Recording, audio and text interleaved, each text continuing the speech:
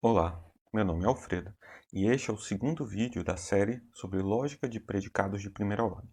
Veremos as linguagens de primeira ordem e o modo como, a partir de variáveis, funções, constantes, conectivos, quantificadores e assim por diante, podemos gerar as fórmulas de primeira ordem, expressando sentenças ou da matemática, ou do dia a dia, ou de outras ciências. Vamos lá? Falaremos sobre a linguagem de primeira ordem. E para isso, elencaremos alguns dos ingredientes a partir dos quais montaremos as fórmulas de primeira ordem. Começamos elencando os conectivos, que são os mesmos usados na lógica proposicional. Nesse caso, o não, o ou, o e, o se então e o se e somente se. Além disso, na lógica de primeira ordem, nós temos variáveis para nos referirmos a objetos, como cadeira, mesa, dois e assim por diante.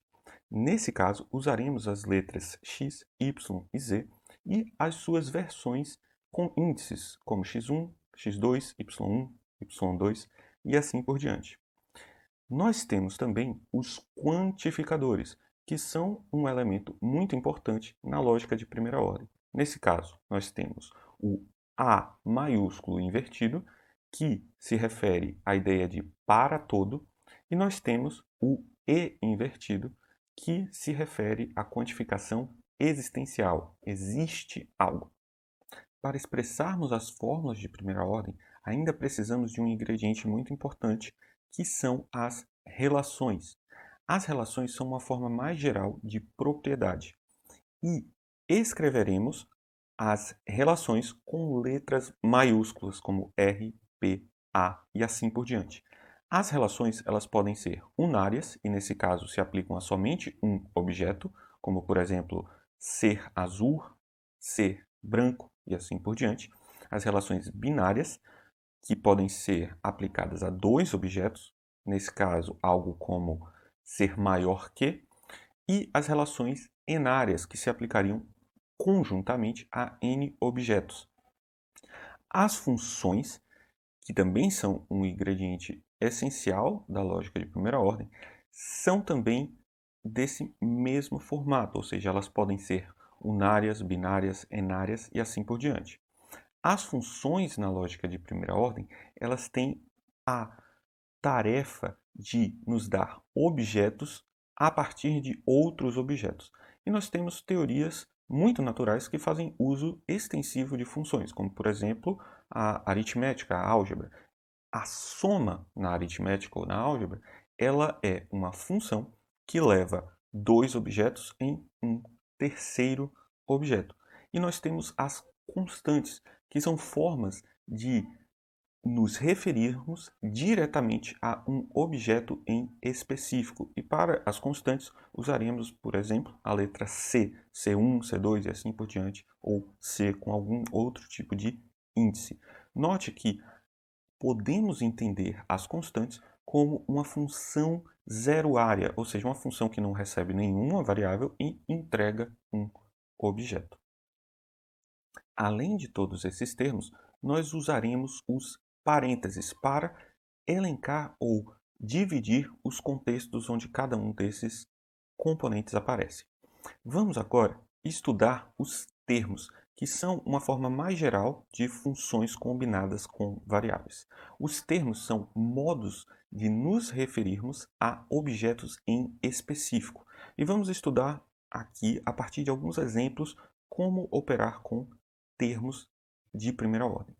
Os nomes ou constantes, eles funcionam de modo a nos dar um objeto do mundo ou um objeto abstrato a partir de um nome, um objeto em específico. João se refere a uma pessoa, algo único.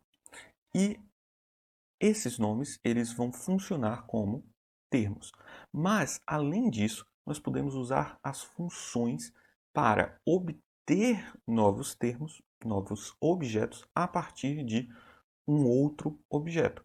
Então, se observamos a frase a roda direita desse carro, a frase que diz a roda direita desse carro, ela se refere a um objeto específico e A frase como um todo, ela poderia ser entendida como uma constante, porém, uma forma mais sofisticada, mais refinada de entender o que está acontecendo aqui é dizer que a roda direita opera como uma função que recebe como objeto um carro e entrega a roda direita desse carro.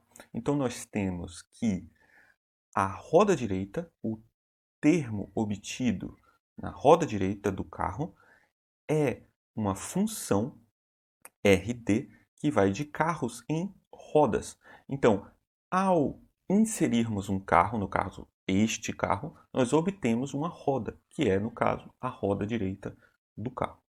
Nós podemos ter também funções aplicadas a dois objetos, como o vencedor entre Federer e Nadal, e, nesse caso, nós estamos dizendo aquele que venceu entre dois objetos. Então, o vencedor entre pode ser uma função que recebe dois objetos e ela, no caso específico da sentença, ela recebe os dois objetos, as constantes que se referem a Federer e Nadal. Então, escreveríamos em linguagem de primeira ordem isso como V aplicado a CF e CN.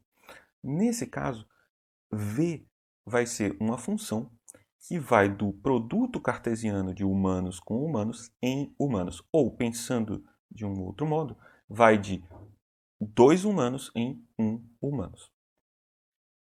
Vamos agora explorar o que significa ser um termo de modo mais preciso e a partir de um exemplo na linguagem.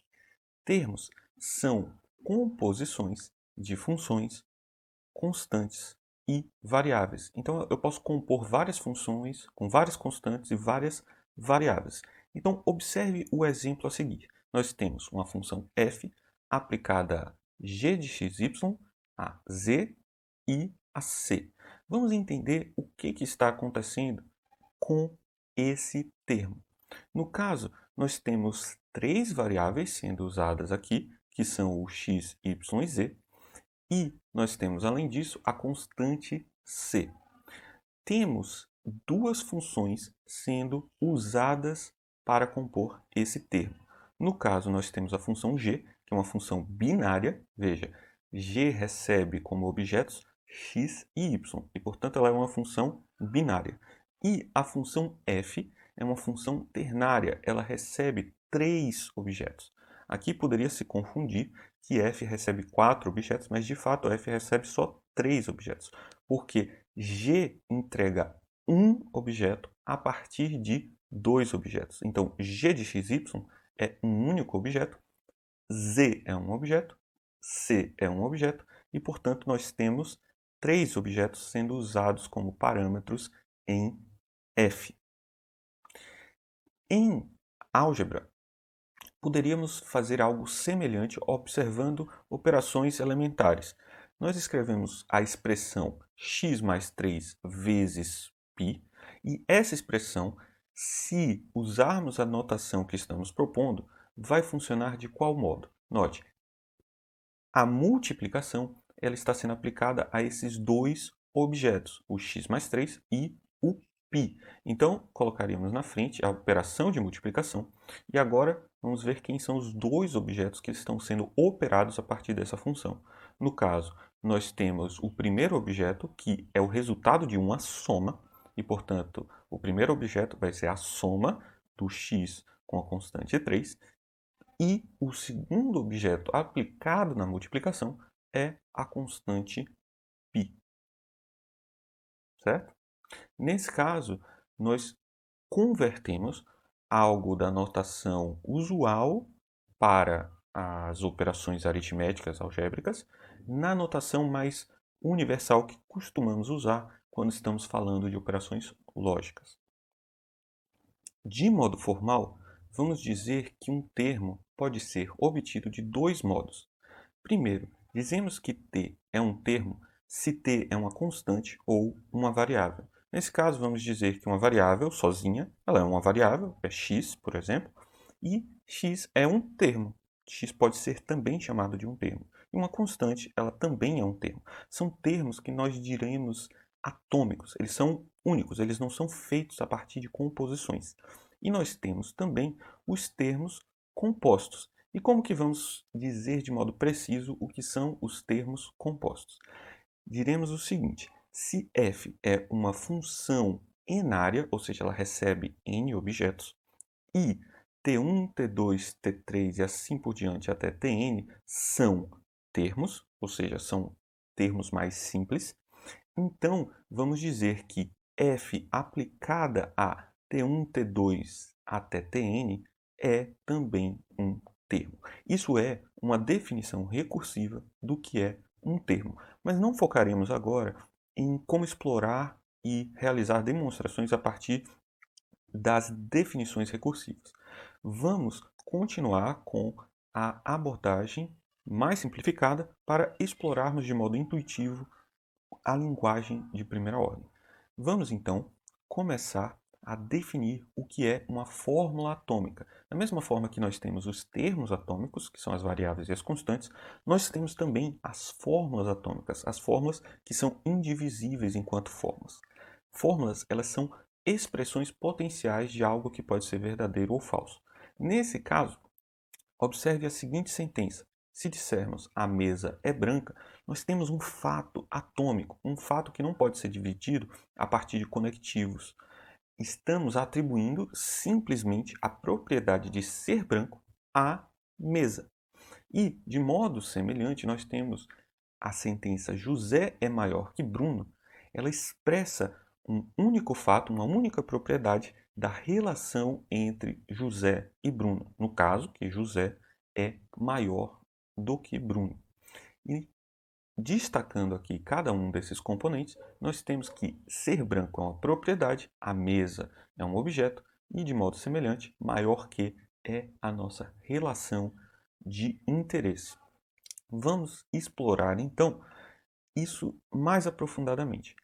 Uma fórmula atômica é uma relação enária aplicada a n termos. Ou seja, se nós temos n objetos, e objetos de modo geral podem ser obtidos por termos na nossa linguagem, dizemos que uma fórmula atômica é a simples aplicação de uma relação a esses termos que estamos elencando.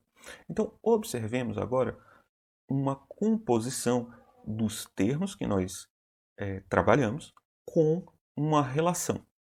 Se observamos a frase o vencedor entre Federer e Nadal é maior que José, então nós temos aqui uma relação que se aplica a dois termos. Maior que, vamos dar o nome de M maiúsculo, e nós temos dois termos sendo operados aqui. No caso, o José é um termo atômico, uma constante, e o vencedor entre Federer e Nadal é também um termo, mas um termo complexo.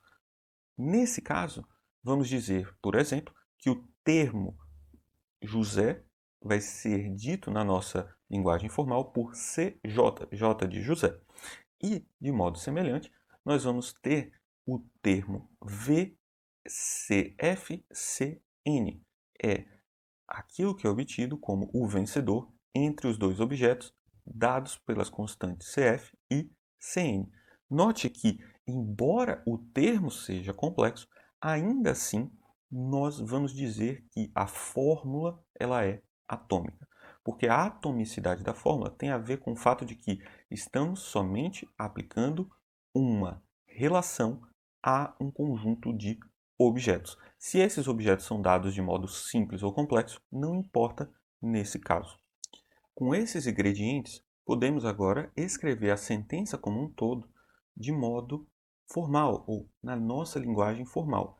Dizemos então que M é aplicado aos dois termos. O primeiro V de CFCN e o segundo CJ. Agora, vejamos como usar as fórmulas atômicas e os demais ingredientes que nós temos para montar as fórmulas compostas. Nesse caso, antes de elencarmos ou definirmos as fórmulas complexas, vamos introduzir uma notação.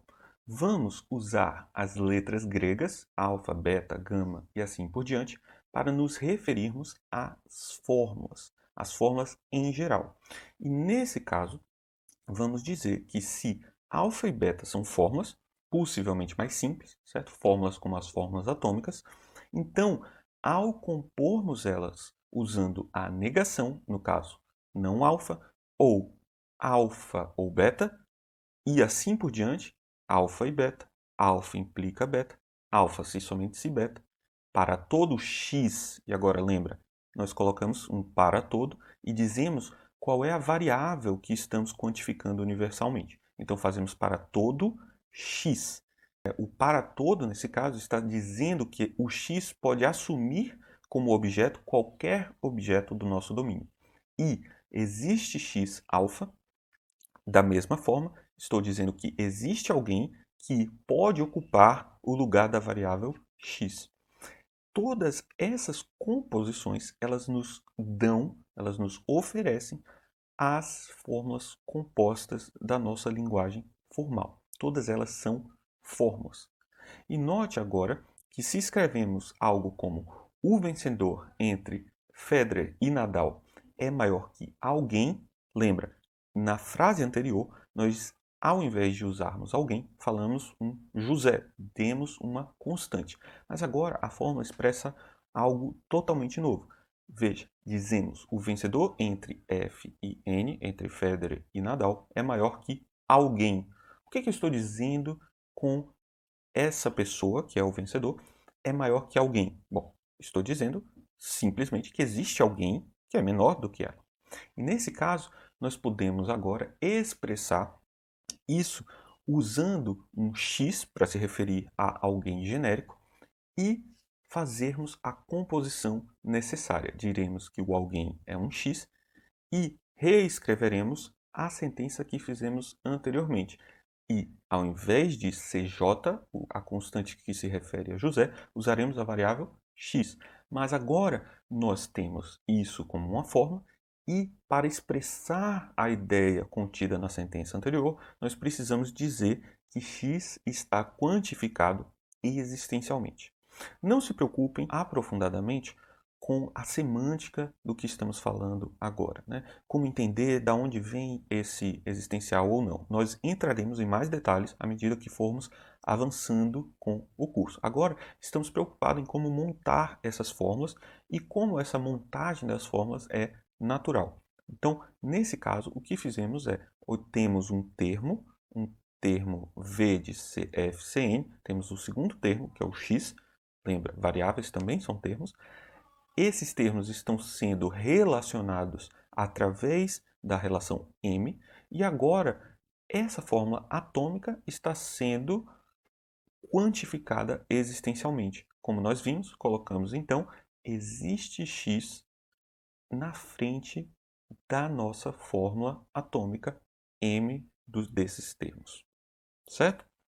Agora, vamos finalizar com alguns exemplos matemáticos um pouco mais complicados que ilustram esse processo de formalização.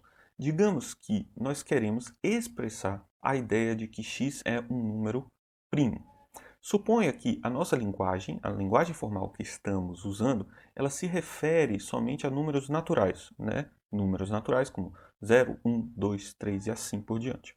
No ensino fundamental, aprendemos que um número primo é um número diferente de 1 que só pode ser divisível por 1 e por ele mesmo. Como expressar isso de modo mais formal?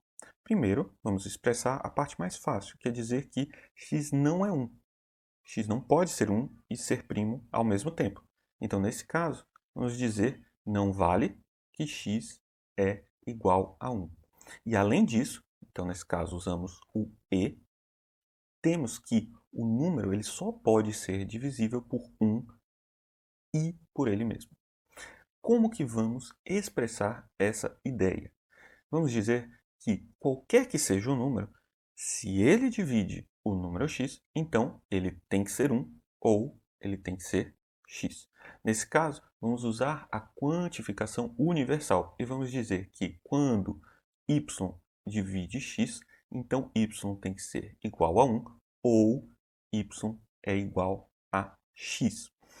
Poderíamos parar por aqui e aqui se trata somente de um exercício de formalização. Nós podemos adentrar em vários níveis de formalização. Nesse caso, veja que eu deixei escrito em português a palavra divide, ao invés de escrever uma fórmula mais complicada ou matemática para isso. Poderíamos, nesse caso, explorar a expansão dessa sentença. E como que vamos expressar, de modo aritmético, a ideia de que y divide x? Ele é capaz de dividir x.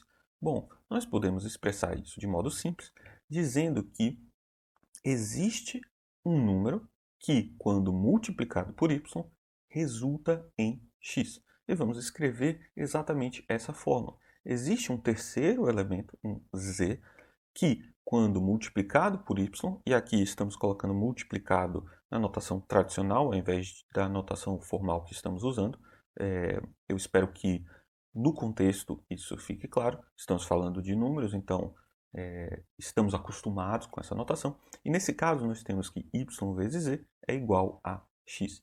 Existe algum número que, quando multiplicado por y, resulta em x. E essa seria uma forma padrão de definir o que significa ser divisível. Com esses exemplos introdutórios, podemos agora começar a entender como expressar a linguagem de primeira ordem. E a linguagem de primeira ordem, ela vai ter uma expressividade muito maior do que a proposicional. E nós conseguiremos formalizar uma quantidade muito maior de argumentos que podemos usar no dia a dia e nas ciências. A lógica de primeira ordem, ela é capaz de expressar a matemática tradicional. Tudo que fazemos em matemática pode ser expresso nessa linguagem que acabamos de definir aqui. E no próximo vídeo nós introduziremos um pouco da análise dos quantificadores, como pensar os quantificadores nas fórmulas de primeira ordem. Muito obrigado e até o próximo vídeo.